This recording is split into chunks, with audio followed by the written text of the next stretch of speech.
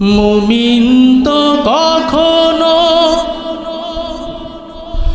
মাথা নত করে না, হোক না সে বন্দি কারাগারে।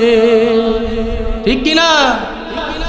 মুমিন তো কখনো মাথা নত করে না, হোক না সে বন্দি কারাগারে।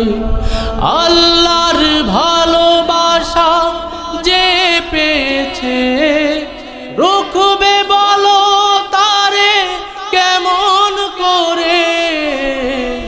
মুমিন তো কখনো মাথা নত করে না, হোক না সে বন্দি কারাগারে।